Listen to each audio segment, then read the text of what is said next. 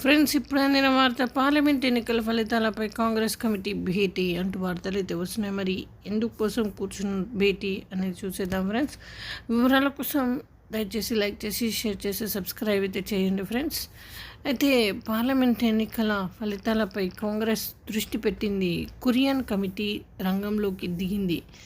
అయితే ఇవాళ గాంధీ భవన్కు కురియన్ కమిటీ సభ్యులు వెళ్ళనున్నారు. ఆశించిన స్థాయిలో సీట్లు గెలవకపోవడంతో కురియన్ కమిటీని కాంగ్రెస్ అధిష్టానం వేసిన సంగతి తెలిసిందే. గెలిచిన ఎంపీలు ఓడిన అభ్యర్థులతో కమిటీ భేటీ కానుంది. ఒక్కొక్కరితో విడివిడిగా కమిటీ సభ్యులు మాట్లాడుతున్నారు. 14 సీట్లు టార్గెట్ పెట్టుకుంటే 8 ఎందుకు వచ్చాయి? సీఎం సొంత జిల్లాల్లోనూ ఎలా ఓడిపోయాం? అభ్యర్థుల ఎంపికలో తప్పిదం జరిగిందా? బీఆర్ఎస్ వెనుకబాటును ఎందుకు క్యాష్ చేసుకోలేకపోయాం అనే అంశాలపై విశ్లేషణ జరుగుతుంది. సో ఈ విధంగా వార్తలు అయితే వస్తున్నాయి. థ్యాంక్స్.